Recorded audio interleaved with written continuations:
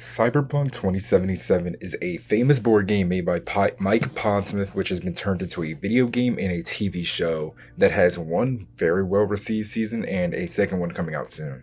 And I wanted to make two videos on it because, Edgerunners 2's characters are being revealed right now. And between that and between seeing a lot of people going back and playing the game and talking about the anime again, I remember just how much I love these two. And both were honestly very comfortably in the top 10 at least of anime slash video games for me. The game is top 3 for me and the anime is top 10 for me, and I wanted to talk about it. So I won't be talking about both at the same time. I'll make a little bit of mentions to the game, but this video is going to be more about the show. So, Edgerunners starts off like most other shows, just a guy, just one person we follow, and he's very much like every other young person in Night City who wants to be a legend, like Morgan Blackhand or Adam Smasher, Johnny Silverhand, Spider Murphy. He wants to have that drink named after them, stories passed down about them for life, and to be someone like them, to be someone that stands above with those legends like that, you have to leave a mark. You have to do something crazy, whether that's attacking a corporation or being known for doing something big that leaves a long-lasting impact. And at the very start, he doesn't really have that. He doesn't have any opportunity to do any of that. He doesn't have some crazy superpower. He doesn't have some crazy event that he's in. He's just a kid. He goes to school. His main goal is to do what his mom wanted him to do. Become a big corporate guy. Stand at the top of Arasaka Tower and beat the poverty line that they're in. Because you look at real life's poverty line, and Night City is the worst of real life, but in a city where you can still see normal, right? It's when you look at let's say a third world country, but you place that in the middle of New York City, right? And it's horrible too, because then you see very early on into the show, his mom is just taken away from him, and just like in real life, the world kind of just moves on. Though it's a lot more harsh in Night City, in this world it's kind of just treated whatever, and then it just kind of all falls onto him to figure it out from there, right? But through this, he kind of finds 3 things that I point as what gives him his chance to be a legend, what gives him a chance to be something greater in life that he wants to be, which is Lucy, his crew, and the San Devastan, obviously, right? And all 3 kind of help play big roles in who he is as a person for the rest of the story, right? The crew are they're real good showings into how Night City affects people in different ways, how it forces people to do either bad things or even when they do try to do good, it kind of shows exactly why this city kind of is shown to just take people and spit them right back out, right? His San Devastan is his big old trigger that allows him to get into all of this, that allows him to get a chance to be a legend, right? Because the San Devastan, while you might just kind of use that, and it is a very powerful tool even in the game, it's crazy how much of a advantage it is against everybody else that he might meet, right? And for a little bit, it kind of plays well on this found family thing. It allows them all to feel happiness. It allows them all to just kind of go around.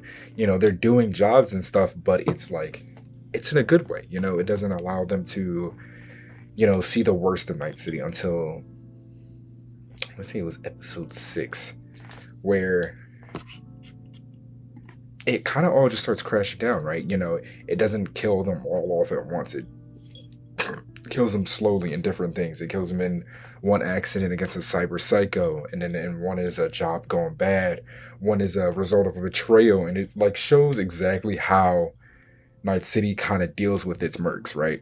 It shows exactly how Night City will take every type of merc and just kind of kill them in different ways, right? And you never really think about that in the game because you really don't see much of that personally, but in this scenario, you're able to see it through a personal lens. You're able to see somebody that has to go through that, right? And you're also able to see how it takes away from mercs even when it's not directly killing them, right? With Lucy, she stops going on missions. All of a sudden, it's basically killed her like sense of livelihood. Like if it wasn't for David, she wouldn't be making any money or anything, right? You know, even for Rebecca, it kills her feelings because that kind of kills how David goes from the, you know, the much more like lighthearted, good-natured young kid into, kind of molds him into a merc leader. It molds him into another main, right? Like very quickly.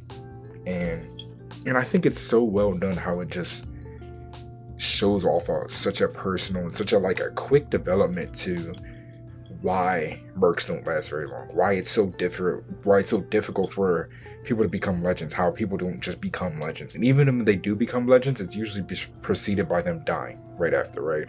Or by them having to leave Night City forever, right? Like even when you think of like all the most famous legends, Smasher, he's still active, but he's like closely tied to Arasaka, right? Which is a big deal. Morgan Blackhand, also, he might be active, but he also could be dead. He's been gone from the lore for a while, right? Spider Murphy, Silverhand, dead. You know, so it's so many of the different legends, and you can kind of see that it's never like some like you live on as a hero. It's more of a you die in a blaze of glory, right? And it all comes down to the very end, you know. David, you know, they take their big corpo job that when you look at it in lore, that's kind of always seems to be like the end all for any merc, right? They do slowly more and more street level jobs, you know, jobs that they're very well equipped for, jobs where they're the strongest person in the room, where they're able to kind of make it out through the skin of their teeth, until they get to the big corpo jobs where they have to face on, you know, corpo tactics, where they have to face on corpo bodyguards, right? Shoot, for David and his crew, their final test is Adam Smasher himself, right? And it's crazy because at the very first with the cyber skeleton, he is like, I know people don't like to say it, but as far as strength goes, he is pretty high on the pecking order. Like outside of like the obvious legends, I don't think there's many people that could beat him at that point, right? So you see it, and you see him finally get to that point where you can maybe start considering him and think of him as a legend himself like that too. And then it all comes smashing down as soon as he meets an actual legend. He and Adam Smasher is there to show like the vast difference, you know, for those type of people and then everybody else, right? Like a boogeyman of Night City, you know, he sits at the very top of the mountain of mercs, right? And it's crazy because when you compare it to things like the video game where V is able to like deal with Adam Smasher, he's able to raid Arasaka while dying, complete his mission and everything all on his own. David goes in there on a suicide mission basically, and it's treated like that, you know. He gets there and then they spend the entire rest of the time trying to escape, right? While with V, it was like you go in there on your own and you fight through every floor. And I think it's really good. I think it shows really well because it also keeps in mind the in the original spirit of the board game, because Adam Smasher was never supposed to be treated as like somebody you can fight. He's supposed to be like a team wipe, right? Like if you got too close to Arasaka or so, you're kind of screwed, right? But yeah, I love Edgerunners, man. I vividly remember watching it in one night, and then after like sitting in my car listening to the song. And crying because, man, it's a show that sticks with you. It's one of those like short stories that stick with you so well because it's able to tell its story so well, right? You know, it already has its like pre-established like base lore and everything, but you don't really need to like know much about Cyberpunk to like get into it. Like it kind of tells you everything that you need to know very easily. It tells you without like having to sit there and explain everything to you. I feel like a lot of stories where they'll do this thing where it kind of turns you off because at the very start they'll like just lore dump on you everything about the story instead of like letting you put the pieces together yourself. And obviously it has things where it doesn't have to, you know, it has a video game, it has a board game with a bunch of books and stuff that you can read on it, but like I've only personally played the video game and a little bit of the board game, right? I've read like a decent amount of the books, but like this was after the show. Like my first experience with Cyberpunk was the show, you know, and it never felt like I was out of the loop on things, right? I got who Adam Smasher was. I was like, okay, that makes sense. I got what Arasaka was. I got what being a cyber psycho meant. I figured out what the trauma team was, how life is for like a police officer, how life is for a normal person living in Night City, what net runners are, what mercs are. Like, I got that without having to like play the game or anything. Like, I already got that. Like, playing the game and like listening and reading the lore has only like made those make even more sense and give you like more background details, right? And it does it so well, man. It gets you really attached to its characters. It gives each character like something to do, right? And obviously there's like standout characters, but that's how most stories go, especially in shorter stories like this. But it's good. It does well in the fact that it allows you to kind of like, it gives them a sense of mystery too. Like, I'm okay with not knowing every single detail on all of them, because it allows you to go figure that out yourself. It allows you to see different Easter eggs, different details, and kind of like think, okay, like I can kind of put the pieces together myself without having to have a show sit there and explain it to me like I'm a child, right? And also aesthetically, it's gorgeous, right? Night City, usually in the game especially, it always has like a more darker tone to it, especially because of the hyper realism. But the show is able to like give the city such a colorful feel, right? Like, it gives it such a beautiful feel. It's so pretty to look at. The colors are great. There's so much like green and yellow that goes on, but it never feels too overbearing, right? And it does have like darker moments, right? Obviously, outside of like the actual story, the aesthetic for the show, it has darker moments for when stuff gets serious. And even when it's not like dark moments, it's also like really beautiful even at night, right? It's gorgeous in the nighttime, it's gorgeous in the daytime. It still has that cyberpunk glow where there's a bunch of neon lights and neon signs everywhere, but at the same time it's not too much. It doesn't feel like just out there or just being there just to be there. It always comes across as it's there, and it makes sense. Like, if you go through each and every like screenshot, like if you take screenshots, you're able to look at, like, I'm looking at a couple screenshots right now, you're able to tell exactly what everything is, right?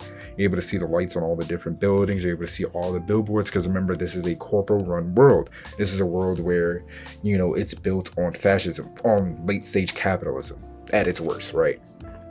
And it's gorgeous. It's gorgeous. The character designs are great. You know what I'm saying? It's just so pretty to look at. Like, genuinely, a treat. It's a treat to the eyes. And it's also made by Studio Trigger, so the animation is gorgeous, right? The fight animations, the Sandevistan's animation is absolutely stunning. It's so good. It keeps in tune to what the game shows as like a time slowing down, but it also has like after images that come from behind David and Smasher later on, and it works so well because it really does give off that sense of they're moving faster than everybody else, and it's great. It's great. Yeah, and Edgerunners in general is just such a great. It's such a great time. It's such a great time in the sense that it does like kind of like ramp up so quickly towards the end, but it allows you to like feel a sense of comfort and like kind of, I want to say, like feel safe in a sense for a second there before it like really ramps up and starts like, being what Night City is, right? Because that's what Night City is. It does a real good job of showing what Night City is, because especially if you play the game, you might get lost in the sense of, yeah, you have side characters that go through everything, but remember, for your personal story, even though your story is technically a tragedy, you still do feel kind of immortal and invincible, right? You are the strongest person, like, in lore, outside of maybe like all in like certain Black Wall like AIs, but like as far as like a person to person like physical confrontation goes, there's not really anybody that can beat V in like a one-on-one fight, right? So this show kind of gives off that ability to show you what life is for actual mercs in Cyberpunk. It gives off the ability to be able to show you that, yeah, this is how it goes for most of them, right? They don't make it, they fizzle out, they die quickly, they go out in a blazing glory that, while it allows them to go down as legends and go out in the way that they might want to, it also is a very, very easy way to die young, right? it really does play up the corpse too, because in the game you're kind of able to like, the whole game is predicated on you surviving a encounter with a corpo and then kind of being on the run from them. While in this, as soon as they touch a corp, they're cooked, right? They're over. It's over for them, right? They don't stand a chance. And I think that's the beautiful part of it, right? I really do. Yeah, and yeah, that's as much as I'm gonna say on the show. I want to save a lot more of my talking points for the game, because the game is really where I like realized like, oh my god, this is like the greatest thing I've ever done, man. Like the game has had like it wasn't even just the gameplay wise, but it was also like the story, you know. I'm gonna talk about that in a different day, because I could talk about the game for a while. I don't want to make this like a 30-minute video on both. So expect the game video to come out soon, and then we're gonna get right on to Spider-Man. Thank you guys for listening, watching, or however you like to consume this, and I'll see y'all later. Sorry about being gone for so long. Just got caught up. It won't happen again, promise.